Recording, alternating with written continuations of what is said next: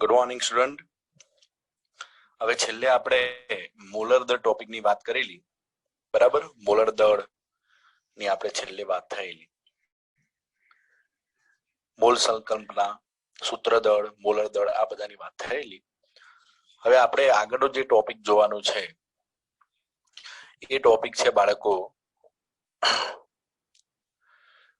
બંધારણીય ટકાવારી. ટોપિક કયો છે? બંધારણીય ટકાવારી.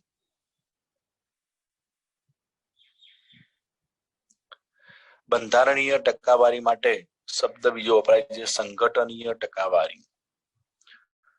શું કહેવામાં આવે છે? સંગઠનીય ટકાવારી. તો હવે જોઈએ કે ભાઈ હકીકતમાં શું કહેવા માંગે છે. તો આપણે ઘણી વખત સંયોજન હોય તો એ સંયોજન જે છે એમાં જે તત્વો છે એના ટકા જાણવા આપણા માટે જરૂરી બને છે. ઘણી વખત સંયોજનમાં જે તત્વો હોય એના માટે ટકાવારી જાણવી જરૂરી છે. તો સંયોજન હોય, કોઈ પણ સંયોજન હોય, તો સંયોજનમાં સંયોજન શેનું બનેલું છે? મૂળ તો બધા તત્વો હોય એની અંદર. શું હોય? તત્વો. તો સંયોજનમાં રહેલ દરેક તત્વના, કોઈ પણ સંયોજન હોય એમાં રહેલ દરેક તત્વના ટકાવાર પ્રમાણને બંધારણીય ટકાવારી કહે છે. શું કહેવાય છે? બંધારણીય ટકાવારી કહે છે. હું તમને એક ઉદાહરણ લાગણી કે આપણી જોડે એક સંયોજન છે પાણી. તો પાણીની અંદર બાળકો H2O એનું સૂત્ર છે. તો H2O આખો જે છે એમાં બે હાઇડ્રોજન છે ને એક ઓક્સિજન છે. તો ટોટલ બે તત્વો છે. આમ તત્વો બે છે પણ બે હાઇડ્રોજન ને એક ઓક્સિજન. તો એ ત્રણેય જણા ભેગા થયા, બે હાઇડ્રોજન ને એક ઓક્સિજન, આ ભેગા થઈને ટોટલ કેટલું કહેવાય? 100%.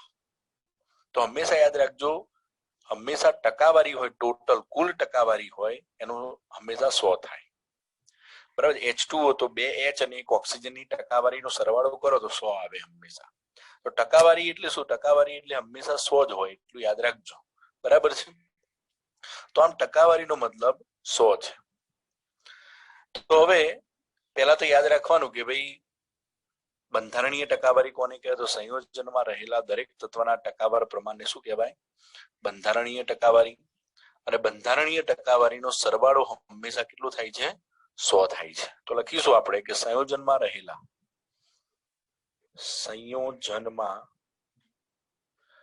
રહેલા દરેક તત્વના, જેટલા પણ તત્વો હોય દરેક તત્વના ટકાવાર પ્રમાણ તમે શોધો તો એ ટકાવાર પ્રમાણનો સરવાળો હંમેશા કેટલો થાય? 100 થાય. સરવાળો 100 થાય.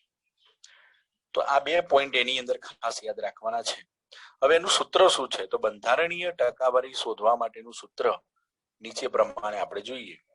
તો એનું સૂત્ર, તો બંધારણીય ટકાવારી શોધવાનું સૂત્ર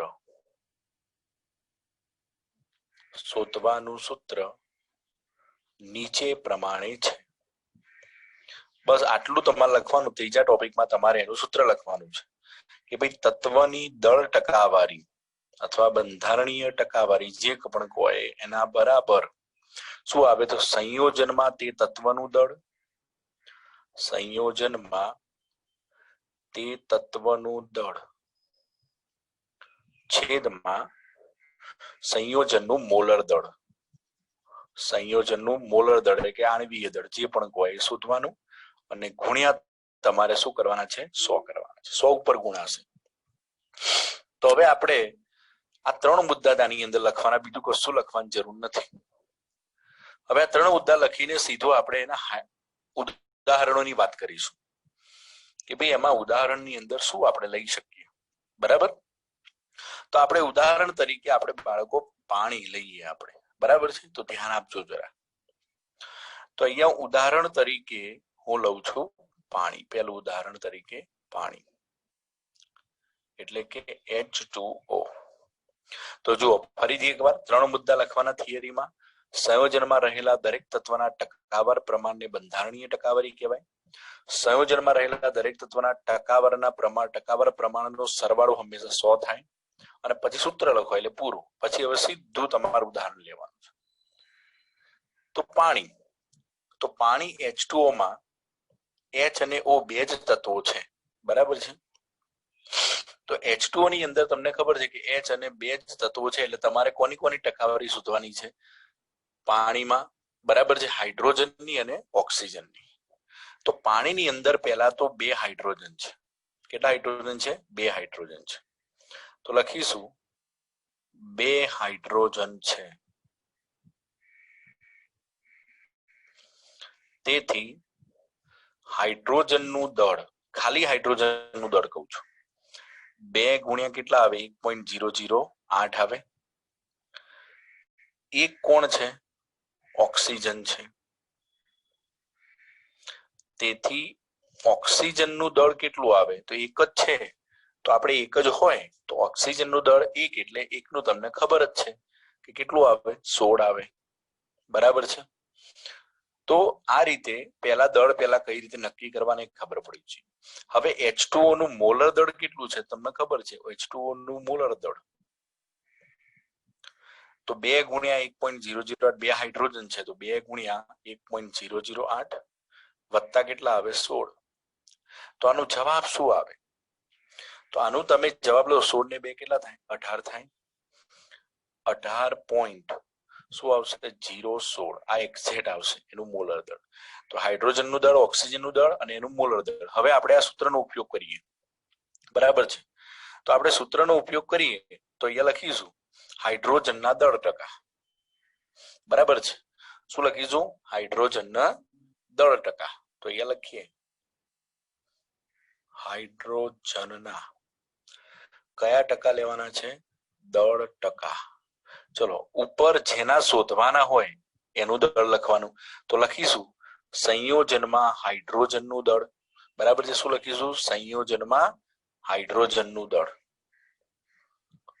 સંયોજનમાં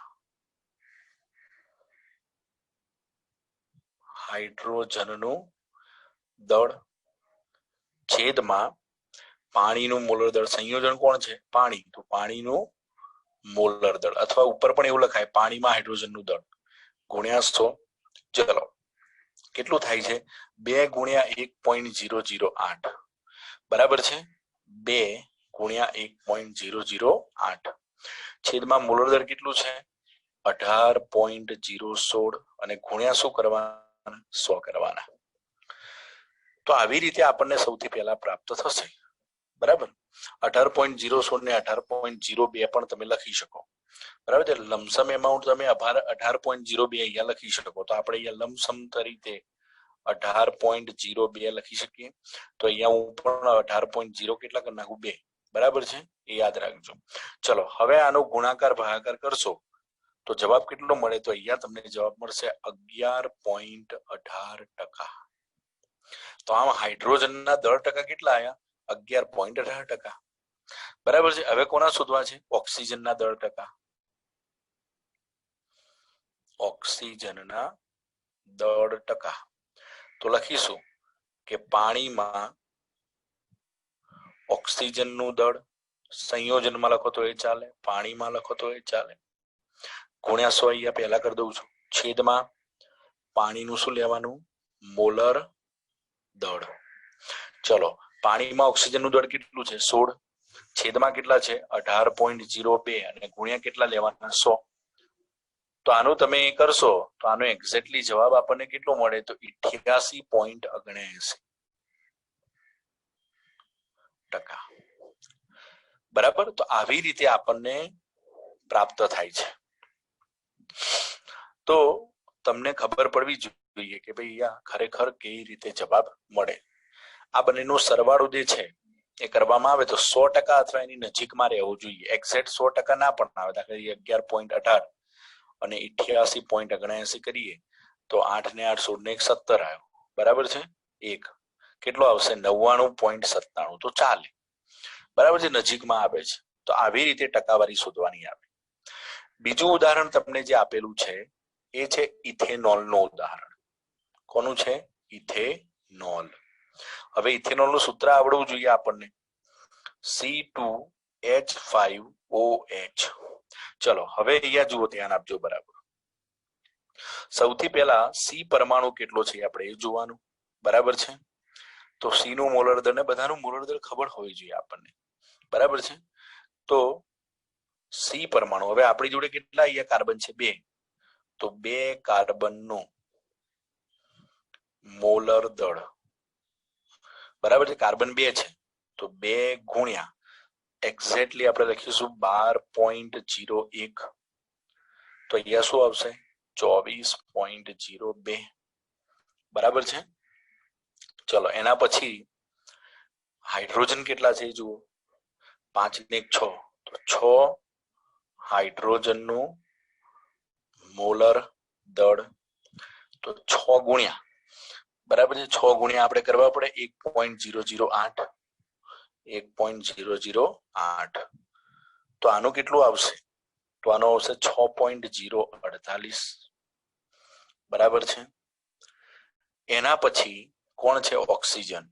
1 ઓક્સિજન છે તો 1 ઓક્સિજન નું મોલર દળ બરાબર કેટલા આવશે? 16 જ આવશે અહીંયા, બરાબર. તો આવી રીતે તમારે સૌથી પહેલા તો બધાના મોલર દળ આપણને ખબર પડવા જોઈએ.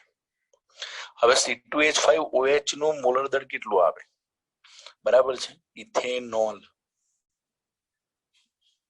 નું મોલર દળ બરાબર, ચલો 12.01 કેટલા છે? 2 છે. હાઇડ્રોજન કેટલા છે? 6 છે. 1.008 વત્તા શું આવશે? 16. તો આનો સરવાળો કરશો 46.068 ગ્રામ જવાબ આવશે, બરાબર છે. તો આવી રીતે આપણને સૌથી પહેલા જવાબ પ્રાપ્ત થશે. તો આ બધાના આ મોલર દળ આપણને મળી ગયા. હવે ટકાવારી શોધો. ચલો, કાર્બનના દળ ટકા. કાર્બનના દળ ટકા, બરાબર છે. તો કાર્બનના દળ ટકા બરાબર આપણે ઉપર એવું લખી શકીએ ને, કાર્બનનું કુલ દળ, બરાબર છે. સંયોજનમાં કાર્બનનું દળ એવું લખીને લખીએ તો એ ચાલે. તો સંયોજનમાં કાર્બનનું દળ છેદમાં ઇથેનોલનું મોલર દળ. ઇથેનોલનું મોલર દળ ગુણ્યા કેટલા લઈશું? 100.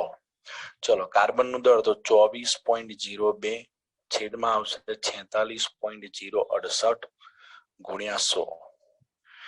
તો જવાબ આવે કે કાર્બનની દળ ટકાવારી બરાબર 52.14%. તો કાર્બનની દળ ટકાવારી આપણને આટલી મળી. હવે ધારો કે આપણે શોધવી છે હાઇડ્રોજન. હાઇડ્રોજનના દળ ટકા. ચલો ડાયરેક્ટ મૂકી દઈએ, 6.048 છેદમાં 46.068 ગુણ્યા કેટલા? 100 બરાબર ડાયરેક્ટ જવાબ લખો આપણે તો 13.13% આવશે. 13.13%. એવી જ રીતે છેલ્લે હવે કોનું લઈશું આપણે? ઓક્સિજનના દળ ટકા. ચલો કેટલા આવશે? ઉપર 16, નીચે આવશે 46.068 ગુણ્યા 100 આવશે 100. તો આનો જવાબ આપણને જે પ્રાપ્ત થશે એ થાય 34.73%. તો આ રીતે દળ ટકા ગણવામાં આવે છે, બરાબર. તો આ તમને દળ ટકા જે છે એ વ્યવસ્થિત રીતે ગણતા આવડવા જોઈએ. તમારા સ્વાધ્યાયની અંદર પણ આ દળ ટકા શોધવાનો કદાચ એકાદ દાખલો આપેલો હશે, બરાબર છે. તો હું તમને કહું કે લગભગ બીજા નંબરનો દાખલો છે આપણે એની અંદર આપણે દળ ટકા શોધવાનું આપેલું છે. શોધવાનું આપેલું છે દળ ટકા. તો આપણે જોઈએ કે ભાઈ એની અંદર જે દળ ટકા શોધવાના કીધા છે એની અંદર કઈ રીતે શોધવાના છે. તેની રકમ 1 મિનિટ હું કાઢું છું, બરાબર. જોઈ લઉં છું રકમ ક્યાં આપેલી છે. ઓકે, આ રહી બીજા નંબરનો દાખલો છે સોડિયમ સલ્ફેટ. તો અહીંયા આપણે લખીશું કે સ્વાધ્યાયની અંદર દાખલા નંબર 2, સોડિયમ સલ્ફેટમાં રહેલા જુદા જુદા તત્વોના દળ ટકા ગણો. ચલો લખીશું સોડિયમ સલ્ફેટ. કયો સલ્ફેટ છે? Sodium sulphate. તો પહેલા તો સોડિયમ સલ્ફેટ નું સૂત્ર આપણને આવડવું જોઈએ. સૂત્ર છે Na2SO4 માં રહેલા જુદા જુદા તત્વોના દળ ટકા ગણો. દળ ટકા ગણો. તો પહેલા તો આપણે જોવાનું કે એમાં કોણ કોણ છે. તો 2 Na છે, બરાબર છે. તો આપણે લખીશું 2 Na નું દળ બરાબર 2 ગુણ્યા, હવે 1 Na નું આપણને ખબર હોવી જોઈએ. તો આપણી બુકની અંદર જે લીધેલું છે એની જો આપણે વાત કરીએ તો બુકની અંદર જે Na નું દળ લીધેલું છે એ 22.9 જેવું લીધેલું છે. કેટલું લીધું છે? 22.9 જેવું લીધું છે. તો આપણે અહીંયા 22.9 લઈશું, બરાબર છે. તો અહીંયા આપણે 22.9 લઈ લઈએ. પછી એ જ રીતે એક સલ્ફર છે, તો એક સલ્ફરનું દળ, હવે સલ્ફરનું દળ જે છે એ લીધેલું છે 32.06. કેટલું લીધું છે? 32.06. આ બંનેનો આમ તો 22.9 ગુણ્યા 2 કરીએ આમ તો 22.99 આવે છે, બરાબર છે. તો 22.9 ગુણ્યા 2 કરો, બરાબર છે. તો આપણને જવાબમાં શું મળે આપણને ખબર હોવી જોઈએ.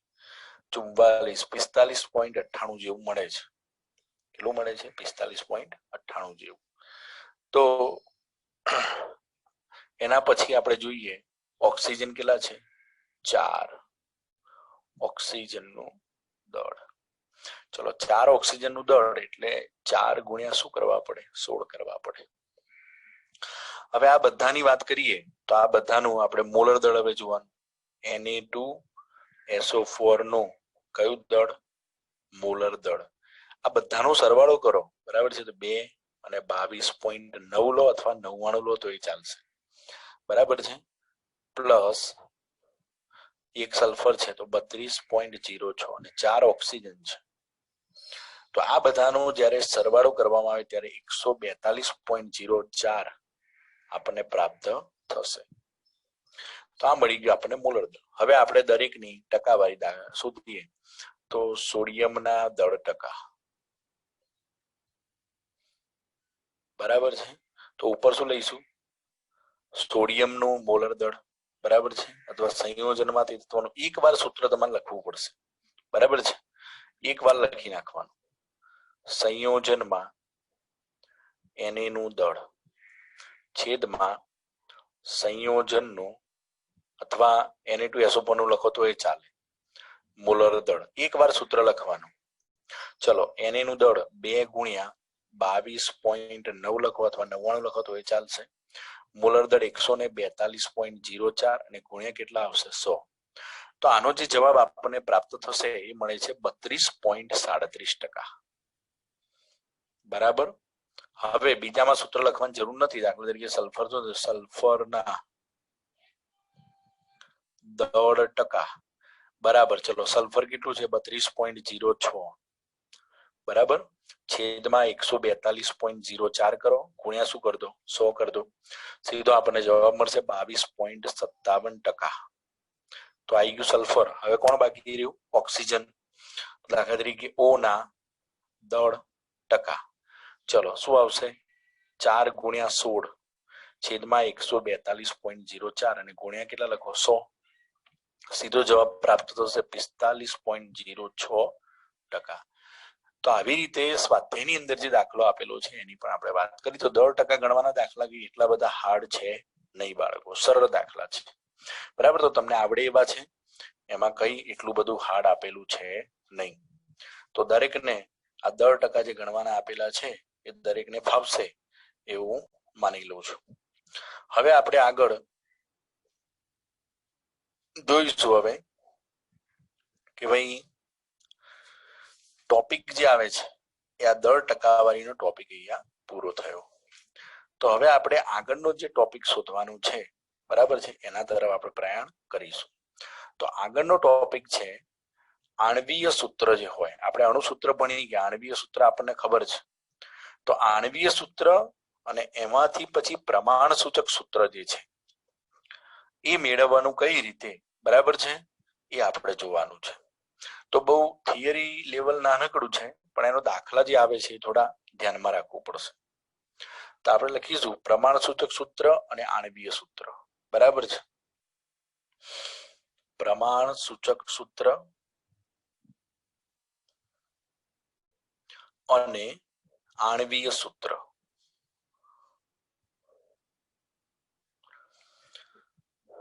મેળવવાની રીત.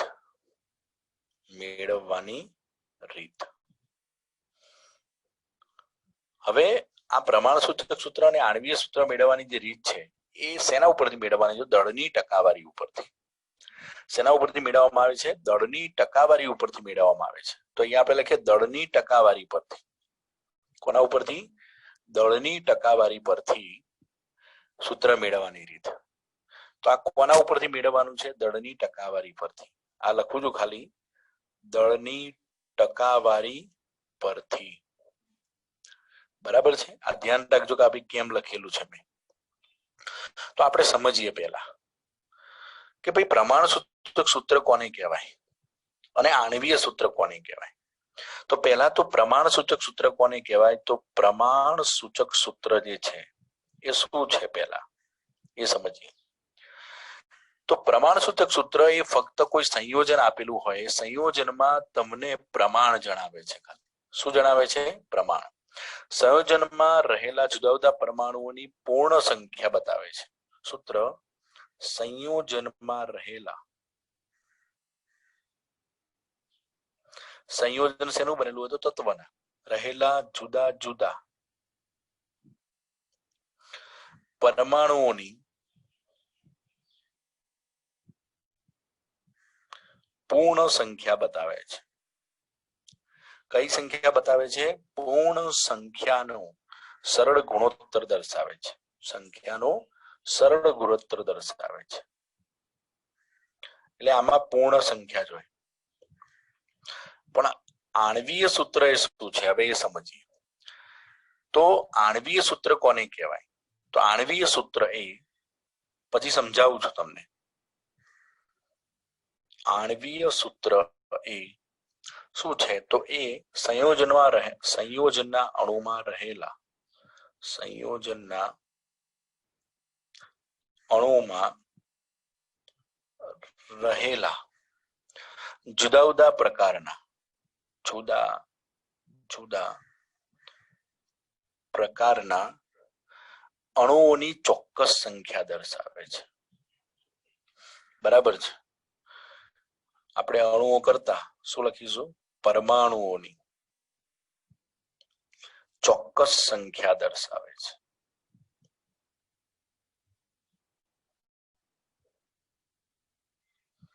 એક્ઝેક્ટ સંખ્યા આણ્વીય સૂત્ર. H2O, તો H2O જે છે એમાં H2 છે ને ઓક્સિજન છે, એ આણ્વીય સૂત્ર છે. એ પ્રમાણ સૂચક સૂત્ર નથી. તો આણ્વીય સૂત્ર એટલે ચોક્કસ સંખ્યા દર્શાવે. હું તમને ઉદાહરણ આપીશ એટલે તમને ખબર પડી જશે. હવે આપણે સંયોજનમાં રહેલા જુદા જુદા તત્વોની દળ ટકાવારી આપણે જાણતા હોઈએ. શું જાણતા હોઈએ? દળ ટકાવારી. તો પહેલા તો આણ્વીય સૂત્ર કોને કહેવાય અને પ્રમાણ સૂચક સૂત્ર કોને કહેવાય એ લખવાનું. તો પ્રમાણ સૂચક સૂત્ર એ સંયોજનમાં રહેલા પરમાણુઓની પૂર્ણ સંખ્યાનો સરળ ગુણોત્તર દર્શાવે છે, જ્યારે આણ્વીય સૂત્ર એ સંયોજનમાં અણુમાં રહેલા જુદા જુદા પ્રકારના પરમાણુઓની ચોક્કસ સંખ્યા દર્શાવે છે. પેલો પરમાણુઓની જુદા જુદા પરમાણુની પૂર્ણ સંખ્યાનો સરળ ગુણોત્તર, જ્યારે આ ચોક્કસ સંખ્યા દર્શાવે છે. પેલો પરમાણુઓની પૂર્ણ સંખ્યાનો સરળ ગુણોત્તર દર્શાવે, જ્યારે આ પરમાણુઓની ચોક્કસ સંખ્યા દર્શાવે. હવે જો આપણે સંયોજનમાં આ કઈ રીતે શોધવામાં આવે છે સાંભળજો. સંયોજનમાં રહેલા જુદા જુદા તત્વો જે છે એ જુદા જુદા તત્વોની આપણે જો દળ ટકાવારી જાણતા હોઈએ, જુદા જુદા તત્વોની શું જાણતા હોઈએ? દળ ટકાવારી જાણતા હોઈએ. આપણે હમણાં દળ ટકાવારીના દાખલા ગણ્યા એના ઉપરથી જો દળ ટકાવારી આપણે જાણતા હોઈએ તો તેનું પ્રમાણ સૂચક સૂત્ર નક્કી કરી શકાય. શું નક્કી કરી શકાય? પ્રમાણ સૂચક સૂત્ર નક્કી કરી શકાય છે. તો તમે પહેલા પ્રમાણ સૂચક સૂત્ર નક્કી કરશો અને જો પછી આગળ એનું મોલર દળ જાણતા હોઈએ તો પછી આણ્વીય સૂત્ર પણ આપણે શોધી શકીએ છીએ. જો મોલર દળ જાણતા હોઈએ, મોલર દળ પણ એનું જાણતા હોઈએ તો નીચેના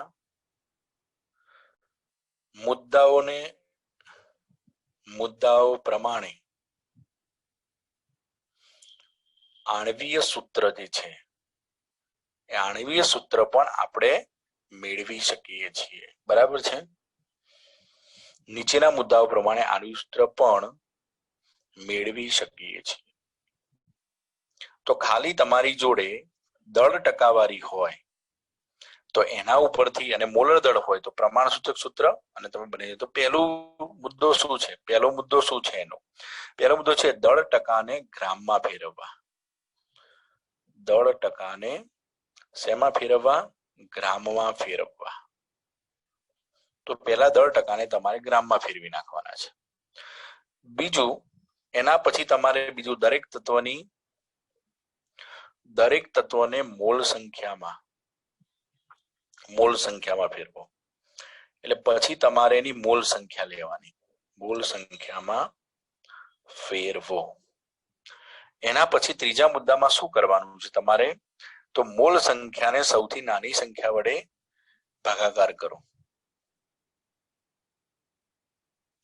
મોલ સંખ્યાને સૌથી નાની સંખ્યા વડે ભાગો. બરાબર છે? ભાગવાની છે એને. નંબર 4 માં શું કરવાનું છે? પ્રમાણ સૂચક સૂત્ર લખવાનું. દરેક તત્વની સંખ્યા લખી, એની અનુરૂપ સંખ્યા લખી, દરેક તત્વની સંજ્ઞા લખો, તેને અનુરૂપ સંખ્યા લખી. પહેલા સંજ્ઞા પછી સંખ્યા લખી પ્રમાણ સૂચક સૂત્ર. કયું સૂત્ર? પ્રમાણ સૂચક સૂત્ર લખવું. અને છેલ્લા સ્ટેપમાં પ્રમાણ સૂચક સૂત્ર નક્કી થઈ જાય એના પછી આણ્વીય સૂત્ર લખવું. હવે આણ્વીય સૂત્ર જે લખવાનું આવે એ કઈ રીતે લખવાનું? તો આણ્વીય સૂત્ર જે છે એ લખવા માટે ગુણક સંખ્યા શોધવી પડે. કઈ સંખ્યા શોધવી પડે? ગુણક સંખ્યા. તો આણ્વીય સૂત્ર માટે ગુણક સંખ્યા લેવાની. ગુણક સંખ્યાને n કહેવાય. હવે કઈ રીતે શોધવાની? તો આણ્વીય દળ તમને આપેલું હશે, મોલર દળ અથવા આણ્વીય દળ, અને છેદમાં પ્રમાણ સૂચક સૂત્રનું દળ લેવાનું. સૂચક સૂત્ર દળ. આ બેનો ભાગાકાર કરો એટલે n મળે. n મળે પછી આણ્વીય સૂત્ર મળે. કઈ રીતે? તો આણ્વીય સૂત્ર બરાબર જે આ ગુણક સંખ્યા મળી n ગુણ્યા તમારે કરવાનું પ્રમાણ સૂચક સૂત્ર. આ બધા સૂત્રો અત્યારે હાલ ખબર નહીં પડે, આપણે દાખલો ગણીશું એટલે ખબર પડશે. તો આ સ્ટેપ છે. તો પહેલા દળ ટકાવારી આપી હોય એને ગ્રામમાં ફેરવો. ગ્રામમાં ફેરવ્યા પછી એનો મોલર દળ લો તમે. બરાબર છે? અને એ મોલર દળ ઉપરથી એને નાની સંખ્યા વડે ભાગો અને દરેક તત્વની સંજ્ઞા પછી લખવાની છે. તો હું તમને સમજાવું છું, એ રીતે સમજજો. તો એક ઉદાહરણ લઈએ છીએ આપણે. ઉદાહરણ તરીકે આપણે કોયડાની અંદર જ તમને, બરાબર છે, બુકની અંદર જ આપેલું છે, એ કોયડાનો જ ઉપયોગ કરીને આપણે આ ગણીશું. તો જરા ધ્યાન આપજો તો કોઈ વાંધો આવશે નહીં.